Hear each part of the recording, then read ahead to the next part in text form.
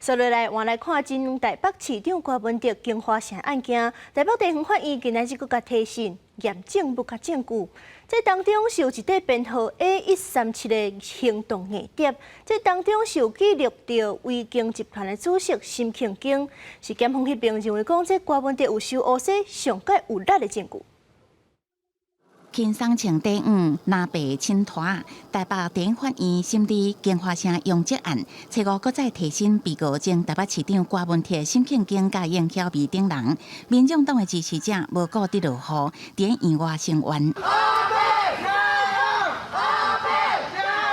暗过早起9点外，威经集团主席辛庆京到无偌久，都传出身体无拄好。律师表示，伊身躯所装的道管内底拢交血，到尾啊伫法警介护下，先转去北所，再由所方送去病院急诊。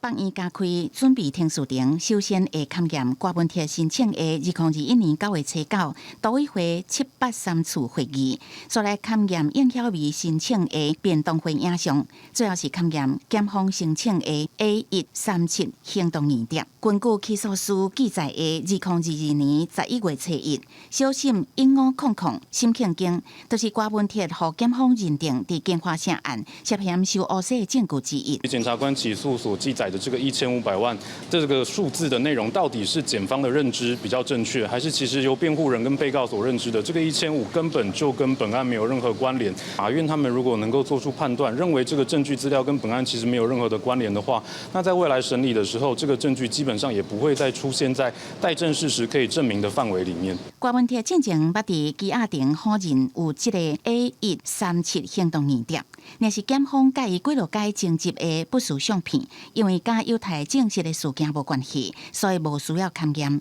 重点要放伫证明硬碟是毋是郭文哲使用的。公视新闻采访报道。